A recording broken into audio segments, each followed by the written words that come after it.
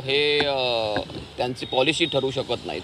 Policy ही पक्षाचे जे ज्येष्ठ असतात त्यांनीच ठरवायची असते आणि जी ज्येष्ठ मंडळी पॉलिसी ठरवतील, वरिष्ठ मंडळी जी पॉलिसी ठरवतील त्याची अंमलबजावणी कार्यकर्ता म्हणून करणं हे काम आहे. वैयक्तिक मत काही असू शकतं. पण या कार्यकर्त्यांच्या भावनेचा आदर हे दोन्ही नेते करतील का? दोन्ही बंधू करतील का?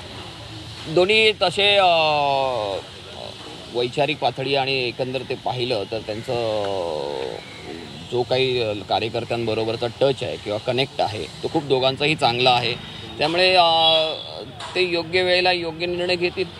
एकीकडे राज ठाकरे आणि उद्धव ठाकरेंचे एकत्र नाव या पत्रिकेत आहे, मात्र राष्ट्रवादीला किंवा काँग्रेसला अजूनपर्यंत निमंत्रण गेलं नाही असं म्हणतात. कसा वेळ बघता? नाही, निमंत्रण पत्रिका मुळात ते ठिकाण आणि वेळ ही फायनल आज झाली आज सकाळी. तर आत्ता निमंत्रण पत्रिका जस्ट सोशल मीडियावर आली ती सगळ्या पक्षांना जाईल ना. अवधी आहे 5 तारखेला अजून.